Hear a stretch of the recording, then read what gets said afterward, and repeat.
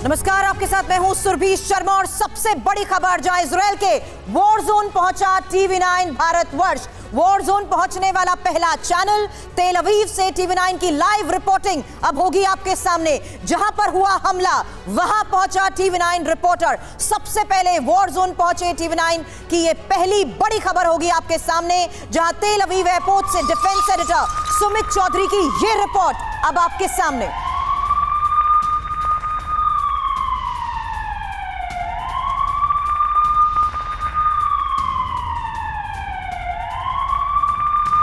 पिछले 48 घंटे से भी ज़्यादा का वक्त हो चुका है जब इजराइल में कई लोकेशंस पे इजराइल की फोर्स यानी आईडीएफ जो है हमास के खिलाफ कई बड़े ऑपरेशंस को चला रही है और ऐसे में हर जगह को बहुत सुरक्षित रखा गया है। टीवी9 भारतवर्ष की टीम इस समय आ पहुंची है इजराइल के इंटरनेशनल एयरपोर्ट यानी बेन गुरियन इंटरनेशनल एयरपोर्ट, जहां से अभी हम आपको रिपोर्ट करके दिखा रहे हैं। दरअसल ये वो एरिया है जहां पर लंबी कतारें आपको नज़र आ जाएंगी कि किस तरीके से इजराइल के जो लोग हैं देश भर में, वो दुनिया भर में, वो किस तरीके से वापस अपने वतन लौट रहे हैं। और ख़ास बात ये भी कि ये सभी लोग ख़ास तौर पर इन इलाकों में अपने घरों पे वापस जाना चाहते हैं। अभी अगर आप देखें तो जब टीवी9 भारतवर्ष की टीम यहाँ पहुँची तो लगातार हम ये देखने की कोशिश कर रहे थे कि आखिरकार यहाँ पर क्या स्थिति है। बहुत ज़्यादा लोग जो हैं वो लगातार पहुँच रहे हैं और कोशिश यही कर रहे हैं कि अपने घर पहुँच सके।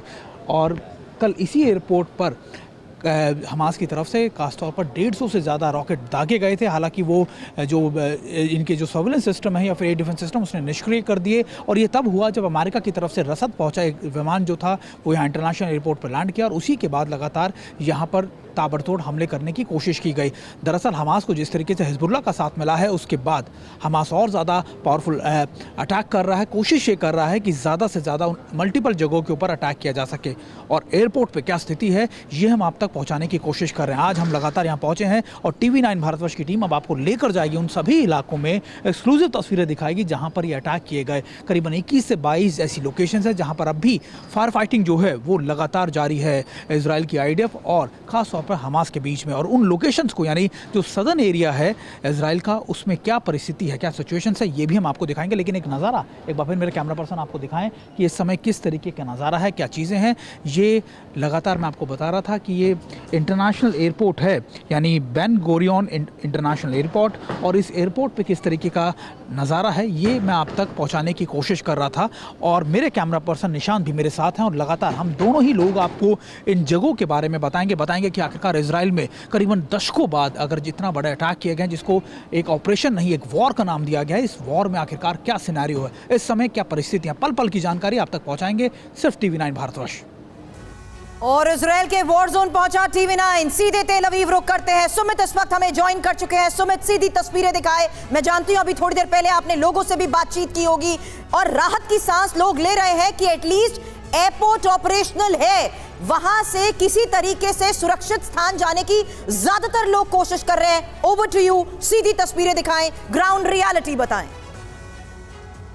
देखिए बिल्कुल एयरपोर्ट पर हम मौजूद हैं। इंटरनेशनल एयरपोर्ट का नज़ारा मैं आपको फिर दिखा देता हूं कि लोग जो हैं इजराइल के जो लोग हैं जूस जो हैं वो लगातार देश भर दुनिया भर के अलग अलग हिस्सों से यहाँ पहुँचे हैं। हमारी कई लोगों से बातचीत हुई, खासतौर पे बड़े बुजुर्ग सभी लोग और ख़ासतौर पे कई लोग ऐसे भी थे जो इस ऑपरेशन को या इस वॉर को सपोर्ट करने के लिए अपने देश पहुँच रहे हैं। और ख़ास बात यह कि कई ऐसे लोगों को दिखाने की कोशिश मैं आपको करता हूँ कि जो यहाँ पर अपने परिवार के साथ लौटे हैं और इनकी कोशिश यही है कि इस पूरे ऑपरेशन में पूरे वॉर के अंदर किस तरीके से मदद की जाए। और अभी यहाँ का नज़ारा ये है कि कई फ्लाइट्स को कैंसिल कर दिया गया था जब हम यहाँ पहुँचे, कई कैंसिल को डाइवर्ट कर दिया गया था। और कल भी कहा जा रहा है कि जब अमेरिका के एक रसद लेकर यानी जो मिलिट्री इक्विपमेंट लेकर इजराइल के लिए जो एक विमान पहुँचा था उसको भी जैसे ही वो लैंड किया ग्लोब मास्टर, जो अमेरिका का ग्लोब मास्टर विमान था, उसके बाद यहाँ पर अटैक शुरू कर दिए गए। 150 से ज़्यादा रॉकेट्स दागे गए थे। हालांकि आयरन डोम ने उनको निष्क्रिय कर दिया, लेकिन अभी भी यहाँ पर बहुत सेंसिटिविटी है। कई जगहों पर हमको मना किया गया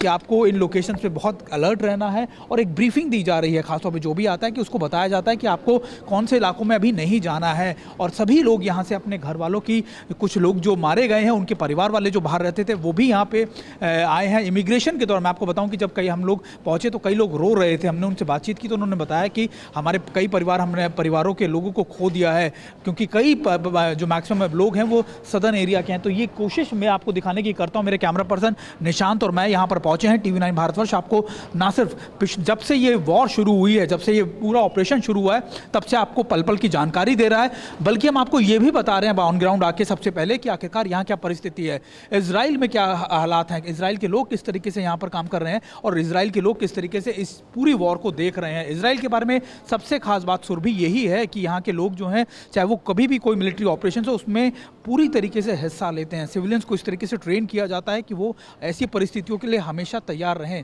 और देखिए भारी संख्या में यहाँ पर लोग पहुँच रहे हैं। फ्लाइट्स की जब मैं आपसे बात कर रहा हूँ, जब मैंने बोर्ड देखा सुबह तो एक भी फ्लाइट, यानी एक अकेली फ्लाइट थी जो लैंड कर रही थी, इसके अलावा सभी फ्लाइट्स को कैंसिल कर दिया गया है। और बहुत मुश्किल है यहाँ पे लैंडिंग करना, क्योंकि कोशिश ये की जा रही है हमास की तरफ से या फिर दूसरे ऑर्गेनाइजेशन, अब तो हिजबुल्लाह की तरफ से भी, कि इन्हीं लोकेशंस को टारगेट किया जाए जहाँ से ज़्यादा क्योस फैले। यानी सदर्न एरिया के बाद, नॉर्दर्न एरिया के बाद जो सेंट्रल एरिया है उसको भी टारगेट किया जाए। और ये वो एरिया है तेल अवीव का जो इंटरनेशनल एयरपोर्ट है, और इंटरनेशनल एयरपोर्ट के अंदर की तस्वीरें हम आपको दिखा रहे हैं अपने दर्शकों को, और ये बताने की कोशिश कर रहे हैं कि आखिरकार अभी समय किस तरीके का माहौल है। और देखिए यहाँ पर कई लोग हैं जो यहाँ पर पहुँच रहे हैं, और मैं और मेरे कैमरा पर्सन आपको दिखाने की कोशिश करते हैं कि देखिए अभी क्या हालात हैं यहाँ पर। और लोग लंबी लंबी क्यूज़ में खड़े हुए हैं, लगातार यहाँ पहुँच रहे हैं। और जब कई लोग तो ऐसे थे कि जो यूरोप से यहाँ पर आ रहे हैं, तो उनको भी किस तरीके से यहाँ पर पहुँचना है, ये सारी दिक्कतें सामने आ रही हैं। लेकिन कोशिश यही है, देखिए मैं आपको दिखाने की कोशिश कर रहा हूँ कि क्या इस समय यहाँ की परिस्थिति है। सुरभि बिल्कुल, और आप क्योंकि वहां पर एक रियलिटी दिखा रहे हैं जिसमें आपने इंपॉर्टेंट बात ये कही कि किस तरीके से इजराइल को सपोर्ट करने के लिए लोग यहां पर आ भी रहे हैं।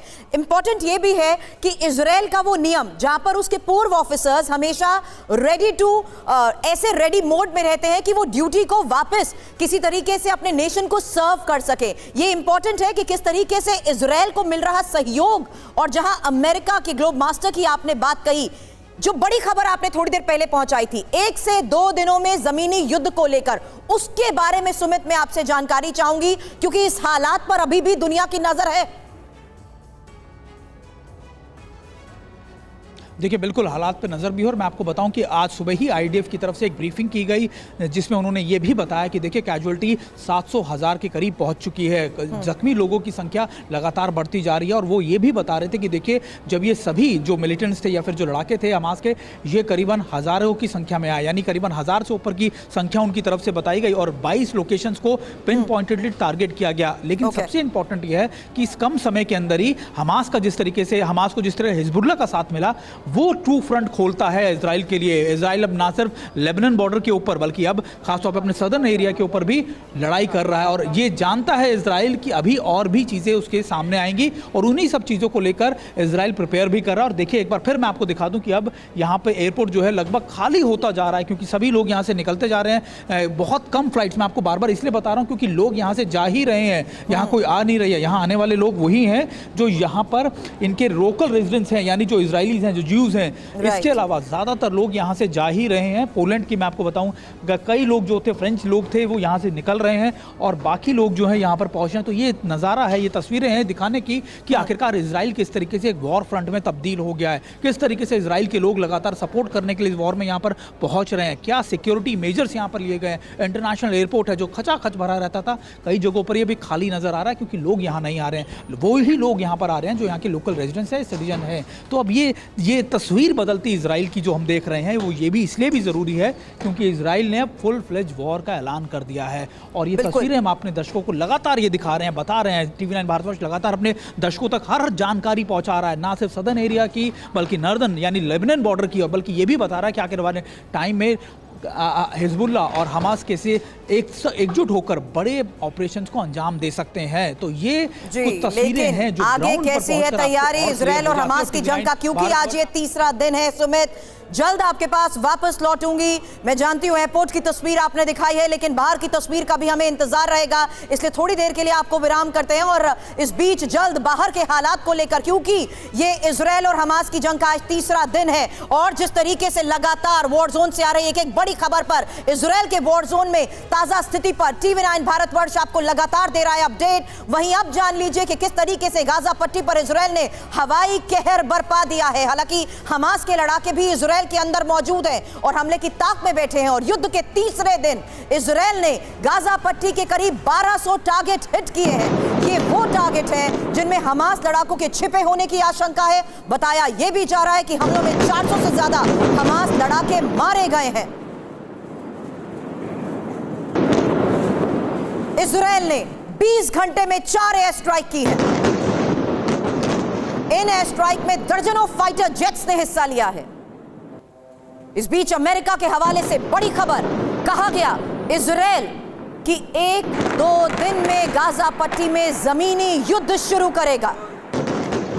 हमास के हमले में अब तक इजराइल में 700 से ज्यादा लोग मारे गए हैं, कई विदेशी भी हैं। हमास ने दर्जनों लोगों को बंधक बनाया हुआ है। बंधकों को ह्यूमन शील्ड की तरह इस्तेमाल किया जा रहा है। हमास को लेबनान के आतंकी गुट हिजबुल्लाह का पूरा सपोर्ट है और माना यही जा रहा है कि हिजबुल्लाह के लड़ाके हमास की तरफ से युद्ध लड़ रहे हैं।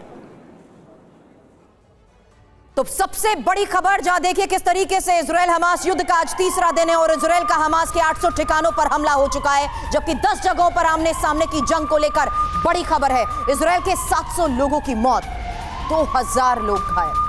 फिलिस्तीन के 450 लोगों की मौत, 2200 घायल।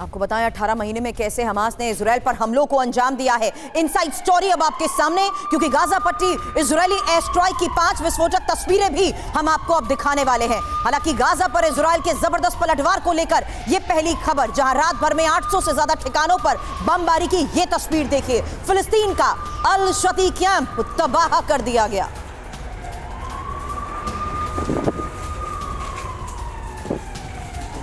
शोरे इलाके में इजराइल का हवाई हमला हुआ। हथियार डिपो पर इजरायली एयर स्ट्राइक।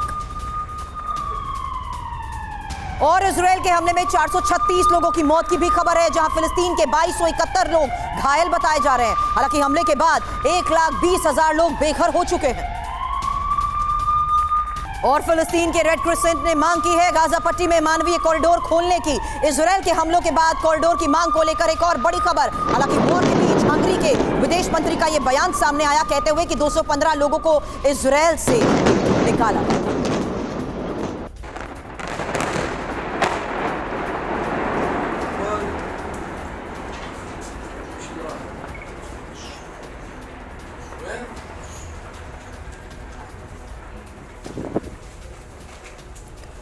अब हमास के लड़ाकों पर इजराइल के बड़े हमले को लेकर खबर यह है कि एयर स्ट्राइक में दर्जनों लड़ाके मारे गए हैं। हमास के लड़ाकों पर इजराइल के हमले को लेकर लगातार आ रही तस्वीर TV9 भारतवर्ष आपको दिखा रहा है।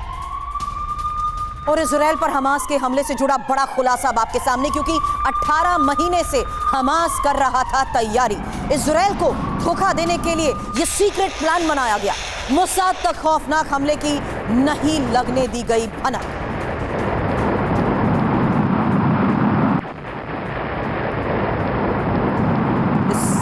युद्ध का तीसरा दिन है। पिछले 2 दिनों में जिस तरीके से इजराइल के ऊपर एक के बाद एक हमले हो रहे हैं, बड़े सवाल इजराइल की खुफिया एजेंसी पर भी उठाए गए। बड़े सवाल इजराइल के उस इनपुट पर उठाए गए जिसके तहत यह साफ हो गया कि हमास ने किस तरीके से इजराइल पर हमले को लेकर बड़ी तैयारी की गई। लेकिन अब TV9 भारतवर्ष आपको बताएगा हमास ने इजराइल पर हमले की यह साजिश आखिर कैसे रची, इसकी तैयारी कैसे की गई। 18 महीने में माहौल बनाया कि हमास इजराइल से टकराव से बचना चाहता है। 18 महीने में ही हमास की तरफ से एक भी उकसावे वाली कार्रवाई नहीं हुई है और इजरायली डिफेंस फोर्स को यकीन होने लगा कि हमास की कमर टूट चुकी है। हमास ने खूंखार आतंकियों को इजरायली संस्कृति सिखाई। इन आतंकियों को स्लीपर सेल की तरह इजरायली शहरों में प्लेस किया, डिप्लॉय किया, वहां के तौर तरीके सीखने को कहा। हमास ने गाजा में मॉक इजरायली सेटलमेंट भी तैयार की। यहां तक कि सेटलमेंट पर हमले का अभ्यास भी किया गया और ग्लाइडर के जरिए लैंड करने और हमले के अभ्यास को लेकर भी बड़ा खुलासा हुआ है। यहां तक कि मॉक अटैक का भी वीडियो बनाया गया है, क्योंकि पूरे ऑपरेशन को लेकर जिस तरीके से ये सीक्रेट प्लानिंग हुई, बड़ा खुलासा ये हो चुका है कि पूरे ऑपरेशन को 4 हिस्सों में 4 भाग में बांटा भी गया है। अब ये जो खुलासा आपने देखा, इसी पर चर्चा करने के लिए आपको बता दूं, इस वक्त major general retired Sanjay Meston sir as a defence expert हमें ज्वाइन कर चुके हैं और professor doctor Sanjay Bhardwaj as a foreign expert हमें ज्वाइन करेंगे। साथ ही इस वक्त naval captain Shyam Kumar sir as a defence analysis हमारे साथ हैं और साथ ही retired colonel Shailendra Singh as a defence analysis हमारे साथ हैं। मेस्टन सर, ये सबसे बड़ी बात है जिसको लेकर पिछले कई घंटों में सवाल उठाए गए कि आखिर मोसाद को भनक क्यों नहीं लगी। ये सीक्रेट प्लानिंग का ही हिस्सा था जिसके जरिए आज एक बड़े हमले को अंजाम देने के साथ साथ तीसरा दिन आर पार की जंग जारी है। मेस्टन सर, सुरभि, मोसाद को ये इसकी भनक बिल्कुल नहीं लगी, क्योंकि जैसे निकल के आया है तकरीबन इन्होंने 18 महीने की ट्रेनिंग की है। सवाल उठता है, ये पहली बात तो ऑर्गेनाइज किसने किया है, इरादा किसका था, ये प्लानिंग किसकी थी। मेरे को लगता है कि ये पूरा ईरान का हाथ है जिन्होंने ये आइडिया दिया है। देखिए, एक हर चीज़ के लिए सबसे पहले सबसे ज़रूरी चीज़ है आइडिया, उसके बाद इंटेंट, इरादा, और वो इरादा ईरान ने इनको दिया। अब कैसे करना है वो उन्होंने, हिजबुल्लाह फाइटर्स मेरे को पक्का लगता है यहाँ पर हैं और हमास को उन्होंने यूज़ इफ़ेक्टिवली किया है। इसके लिए अभी डिटेल प्लानिंग की है, जिस प्रकार 4 ग्रुप्स में इनको बांटा गया है, अलग अलग टारगेट्स दिए हैं। और एक सुनजू जो चाइनीज़ फिलोसफर है, वो हमेशा उसकी एक सोच विचार है कि मेक द एनिमी फील कि you are useless, you are not worth. तो उनको, इजरायलीज़ को ये भावना दी गई कि ये डर गए हैं, गाज़ा स्ट्रिप में हमास बिल्कुल डरा हुआ है, कुछ नहीं कर सकता है, इनकी कैपेबिलिटी, काबिलियत नहीं है। अगर नहीं है तो दुश्मन जो उनके लिए इजरायली है वो आम तौर पे रिलैक्स हो जाता है। और इसी प्रकार मोसाद, मेरे को समझ में नहीं आता है, उनके भी स्लीपर सेल्स हैं जो एक्टिव हैं गाज़ा स्ट्रिप में, वो इस चिन को कैसे नहीं पकड़ पाए। दूसरा, इन्होंने जो हैंग ग्लाइडर्स और जो नेवी के जरिए अटैक किया है, कैन आई कंटिन्यू? या प्लीज। ओके, और जो ये नेवी के जरिए अटैक किया है, एयर लैंड सी सब कुछ, ये प्रॉपर प्लानिंग है। और मेरे को याद आता है, मैं जब एक ऑफिशियल प्रॉपर प्लानिंग के तहत आपने सबसे पहले कमेंट में यही बात कही थी कि किसने की ये प्लानिंग। आप जैसे एक्सपर्ट्स के साथ चर्चा करते हुए उस आधार पर हम इन चीजों को लेकर जानकारी जुटाने की कोशिश करते हैं और उसी के तहत एक और सबसे बड़ा खुलासा, जहां इजराइल पर हमले का मास्टरमाइंड कौन है, हमले के वक्त वो कर क्या रहा था, यही जानकारी अब आपके सामने। और ये बड़ा खुलासा, ये शख्स इजराइल पर हमले का मास्टरमाइंड है। शख्स का नाम है इस्माइल हानिया। एक बार फिर से सुन लीजिए, आखिर कौन है इस हमले का मास्टरमाइंड? इस्माइल हानिया। इस्माइल हानिया इजराइल की तबाही का ख्वाब देखने वाला हमास का सुप्रीम लीडर है, जिसकी तस्वीर आप देख रहे हैं TV9 भारतवर्ष पर। हमास के आतंकी इसके एक इशारे पर किसी की भी जान ले सकते हैं या अपनी जान दे भी सकते हैं। इंफॉर्मेशन वॉल पर इसी शख्स की यह तस्वीर आपको हम दिखा रहे हैं और इसी बारे में एक्सपर्ट्स के साथ मैं चर्चा करूंगी, क्योंकि जिस लिहाज से डिफेंस एक्सपर्ट इस पूरे युद्ध भूमि में चल रहे हालात को लेकर चर्चा करते हैं, फॉरेन एक्सपर्ट्स हमें बताते हैं कि इतिहास क्या है आखिर इसका और कौन है वो लोग जिनके जरिए अब सीक्रेट प्लानिंग हुई और इस हमले को अंजाम दिया गया। ये है इस्माइल हानिया, हमले का वो मास्टरमाइंड जो 2006 से हमास का सुप्रीम कमांडर है। इजराइल पर होने वाले हर हमले की प्लानिंग से लेकर उसे अंजाम तक पहुंचाने की जिम्मेदारी इसी की है। अब इंफॉर्मेशन वॉल पर और इंफॉर्मेशन आपके सामने, क्योंकि इजराइल पर जिस वक्त हमला हुआ उस वक्त इस्माइल हानिया आखिर कहां था, क्या कर रहा था, ये जानकारी देखिए। हमले के वक्त इस्माइल हानिया कतर में था। इंपॉर्टेंट है ये इंफॉर्मेशन। हालांकि इस्माइल हानिया ने कतर में बैठकर कैसे इस पूरी साजिश को रचा, उसी पर खुलासा हो रहा है। इंपॉर्टेंट ये है कि कतर से हमलावरों को ये निर्देश देता रहा और हालात को मॉनिटर करते हुए कैसे निर्देश दिए गए। अपने दफ्तर में बैठकर हमले की लाइव तस्वीरें देखी। इजराइल पर हुए सबसे घातक हमले के बाद उसने जश्न भी मनाया। हमले को आगे बढ़ाना कैसे है, इसके निर्देश भी हानिया ने ही दिए हैं। अब ये इंपॉर्टेंट हो जाता है कि किस तरीके से हमास के चीफ इस्माइल हानिया के निर्देश पर हमास पिछले कई साल से हाईटेक तो हुआ ही है, हमास का अटैक कंट्रोल सेंटर बना है। उसकी तस्वीर भी अब आपके सामने है। ये है वो अटैक कंट्रोल सेंटर जिसका इस्तेमाल इन हमलों में किया गया। हमास के कंट्रोल सेंटर की ये तस्वीर टीवी 9 भारतवर्ष आपको दिखा रहा है, क्योंकि ये है वो कंट्रोल सेंटर जिस पर लाइव मॉनिटर किया गया सब कुछ। इसी कंट्रोल सेंटर में बैठकर हमास के आतंकी इजराइल पर हमले को अंजाम देते हुए मॉनिटर कर रहे थे। कैमकाजी ड्रोन्स की मदद से इजरायली ठिकानों पर गोले दाग रहे थे। इसी कंट्रोल सेंटर से हमास अपने लड़ाकों को निर्देश दे रहा था। हमास चीफ इस्माइल हानिया भी कंट्रोल सेंटर से पल पल की जानकारी जुटा रहा था, हमलावरों को निर्देश दे रहा था। कंट्रोल सेंटर में बैठे हमास के ये लड़ाके हालात के हिसाब से ही आगे अपनी गतिविधियां बढ़ा रहे थे, हिसाब से ही ग्राउंड पर मौजूद आतंकी रणनीति बनाते हुए आगे बढ़ रहे थे। तो ये टीवी 9 पर आपने खुलासा देखा और साथ ही इस बीच शैलेंद्र सिंह डिफेंस एनालिसिस हमारे साथ हैं। शैलेंद्र सर, कितना इंपॉर्टेंट हो जाता है इस शख्स का चेहरा सामने रखते हुए ये बताना कि कैसे इस बैटल ऑफ गाजा में इस सबसे बड़े हमले को अंजाम दिया गया? 17 साल पुरानी न्यूज़ है जी, आज की न्यूज़ नहीं है। राइट। इज़राइल बड़े अच्छे से जानता है कि ये आदमी वो आदमी है जो एक तरह का से हमास की बैकबोन है, और ये बैकबोन हमास के लिए पैसा, इक्विपमेंट, ट्रेनिंग, स्ट्रैटेजी सब कुछ करके देता है।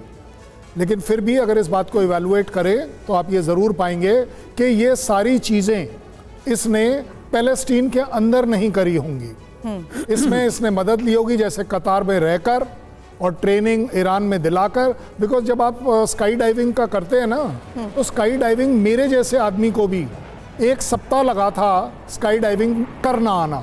यहाँ पर आप बात कर रहे हैं स्काई डाइविंग करके अटैक करना, किसी भी तरह की नेवल अटैक, चाहे वो छोटी बोट में करें, बड़ी बोट में करें, ट्रेनिंग चाहिए। और इस ट्रेनिंग के पीछे मैं बड़े जिम्मेदारी से कह पाऊंगा, ईरान अकेला ऐसी जगह है जहां इस तरह की ट्रेनिंग दे सकते हैं। क्योंकि पैलेस्टीन में अगर आप किसी भी तरह की ट्रेनिंग देते, स्ट्रैटेजी बनाते, तो वहां पर मोसाद का एक बड़ा अच्छा नेटवर्क है, दैट इज़ वाई वो हर बार पैलेस्टीन की चीज़ों को प्रीएम्प्ट कर कर रोक पाते हैं। इस बार वो इसलिए नहीं रोक पाए क्योंकि ये सारी प्लानिंग, ये सारी ट्रेनिंग, ये सारी साजिश उस पैलेस्टीन के बाहर हुई थी। बिल्कुल सर, लेकिन ये जो बार बार ईरान का नाम सामने आ रहा है, उसी के तहत ये बयान ईरान की तरफ से भी दिया जा रहा है कि अगर हमारे पर हमला हुआ तो हम भी उसे अंजाम तक पहुंचाने के लिए पूरी तैयारी कर चुके हैं। लेकिन इस बीच गाजा में इजरायल के हमले का ये तीसरा चरण, जहां गाजा में इजरायल की भीषण एयर स्ट्राइक की तस्वीरें आ रही है सामने। इजरायली सेना ताबड़तोड़ हमले कर रही है और इजरायली सेना के हमले में गाजा में तबाही की ये तस्वीर देखिए।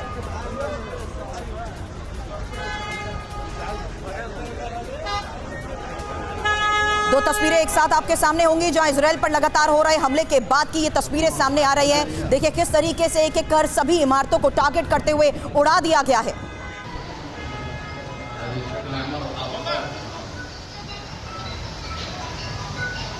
इजरायल पर हुए हमले से जुड़ी एक और बड़ी खबर आपको बता दें, जहां अमेरिकी अखबार वॉल स्ट्रीट जर्नल का दावा कि ईरानी सेना ने इजरायल हमले की योजना बनाई और इजरायल पर हमले में ईरान ने हमास की मदद। 2 अक्टूबर को बैरूत में हमले की योजना बनी है। संजय भारद्वाज सर इस वक्त हमें ज्वाइन कर चुके हैं। संजय जी, कितना पुख्ता लगता है आपको ये दावा, क्योंकि पिछले 48 घंटे में हर बार हमले को लेकर ईरान की भूमिका पर सवाल?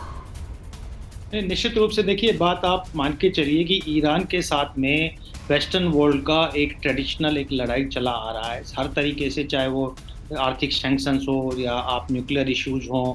और निश्चित रूप से अमेरिका, इजराइल का मतलब अमेरिका, और अमेरिका को वो अरब कंट्रीज से, अरब से दूर रखना चाहता है। तो इसमें ये जो हमास की ट्रेनिंग हुई, ये और वो भी खासकर जब आप देखिए कि इतना स्ट्रॉन्ग इंटेलिजेंस उनका एक एजेंसी है, वो उसका फेलियर साफ देखने को मिल रहा है। यानी कि कहीं ना कहीं ट्रेनिंग जो हमास की हुई है वो या ईरान में हुई है, कतर में हुई है, इन कंट्रीज़ में हुई है। तो निश्चित रूप से मान के चलिए कि अरबियन जो वर्ल्ड है जो एंटी अमेरिकन कैंप को बनाए हुए जी। हैं, वो अमेरिका को इजराइल के माध्यम से या सीधा चुनौती देने का प्रयास कर रहे हैं। उसी कड़ी में ये देखने को मिल रहा है कि इतना बड़ा एक जो अटैक हुआ है, एक तरीके से इजराइल को हिला दिया। वहां पे जो कैजुअलिटीज हुई है, जो कोलेटरल डैमेज हुआ है, लोगों को बंदी बना लिया, ये निश्चित रूप से इजराइल को नाको चने चबाएगा, क्योंकि अभी जब ग्राउंड पे लड़ाई होगी तब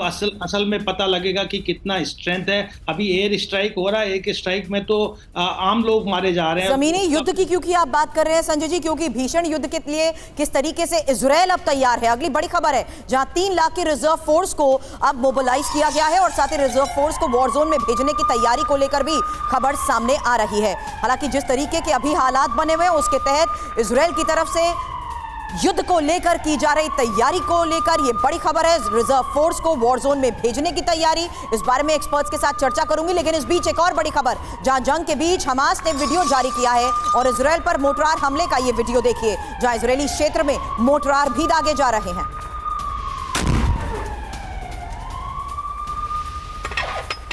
और गाजा पर बड़े एक्शन की तैयारी में इजराइल, गाजा बॉर्डर पर बड़ी संख्या में टैंक्स भी अब तैनात किए जा चुके हैं।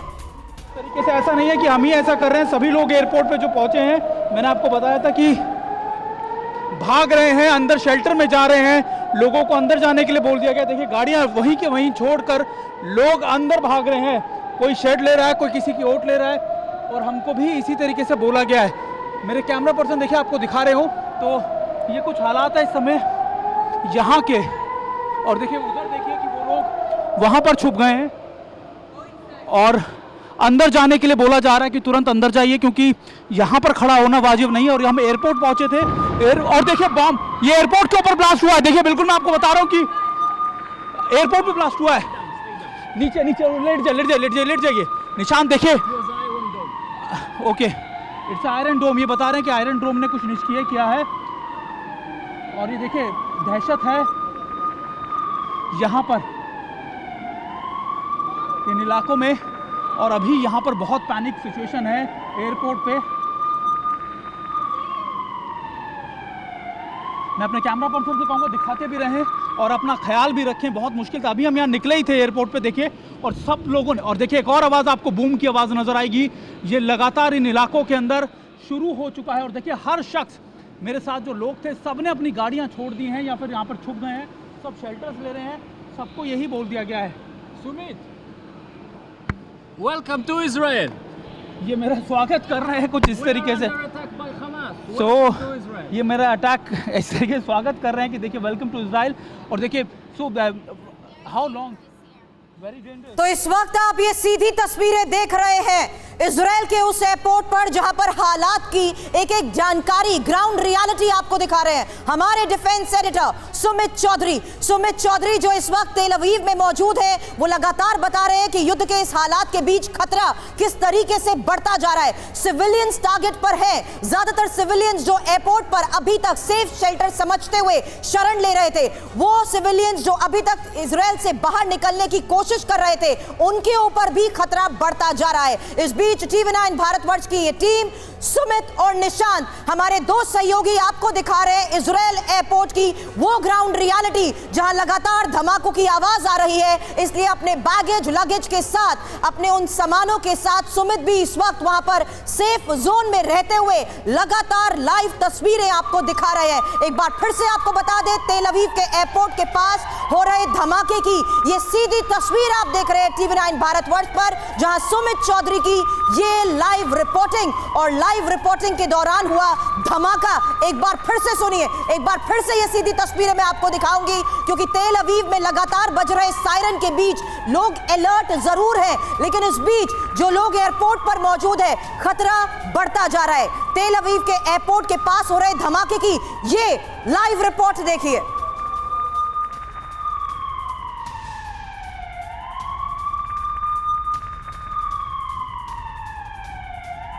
श्याम सर, मैं आपके पास यही रिजर्व फोर्स को लेकर बात कर रही थी। खतरा जिस तरीके से बढ़ता जा रहा है, सुमित आपको लाइव रिपोर्ट करते हुए इस वक्त दिखा रहे हैं कि अब युद्ध के इस हालात में इजराइल भी पूरी तरीके से तैयार है। और देखिए, इजराइल एक बहुत ही मिलिट्री पावरफुल कंट्री है और जहां तक यहाँ के तरीके हैं इनके लड़ने के, वजूद का संघर्ष है। लेकिन इस वक्त तो सवाल यह है कि अपनों को कैसे सेव करेगा इजराइल? अब देखिए, इनके पास एक शक्ति है जो एक ह्यूमन रिसोर्स की शक्ति है। बच्चा बच्चा लड़ता है, यहाँ कंस्क्रिप्शन है, हर को ट्रेनिंग लेनी पड़ती है। 5-6 लाख की इनकी सेना है, 2 लाख सर आर्मी रोकना है। चाहूंगी, सुमित कुछ कह रहे हैं, एक बार सीधा सुमित का हालात है यहाँ पर इजराइल के अंदर कि आप एयरपोर्ट से उतरते ही हैं और एयरपोर्ट से उतरते ही इस तरीके के अटैक हो जाते हैं। देखिए लंबी कतारें गाड़ियों की, सब लोगों ने अपनी गाड़ियां यहीं पर छोड़ दी, सब लोग यहाँ से ऐसे ही छोड़ के अपने अपने शेल्टर्स में ले लिया। और देखिए कई लोग तो वापस एयरपोर्ट के अंदर चले गए थे, हमको भी बोला गया कि तुरंत लेट जाइए। और उसके अलावा ये जो लोग हैं ये अब अपनी गाड़ियों को देखिए, सब लोग अपनी गाड़ियों को छोड़कर यहाँ से निकल गए थे। लोग वापस आ रहे हैं क्योंकि अब अलर्ट निष्क्रिय कर दिया गया, यानी आयरन ड्रोन एक्टिव होने के बाद ये चीज़ें दोबारा से ठीक कर दी गई हैं। और देखिए अभी यहाँ पर जो दहशत का माहौल था, लोग छुप गए थे, अंदर शेल्टर्स में ले लिया था सबने अपने, और ये कुछ सिचुएशन है इजराइल की। और अभी मैं पूछूं यहाँ से, is the alert is over or we need to yes, alert is over, so that ये कह रहे हैं कि अलर्ट ओवर हो गया है और अब हम यहाँ से निकल सकते हैं। और देखिए सिक्योरिटी ऑफिसर्स भी जो हैं वो भी यहाँ पर हैं और कई लोग जो हैं इनसे भी बात कर लेते हैं। Ma'am, you also heard the rockets and everything, you also heard the everything, the rocket, What? The rocket and everything, you heard the fire? Yes. Yes. So it's over now or it's continue? It's done. You are going to home? Yes. Hi ma'am. אלוהים, ישראל גדול. אנחנו נהיה חזקים ואנחנו לא מפחדים. Did you heard the attack? לא, אני אוהבת ישראל. אלוהים ישראל. אני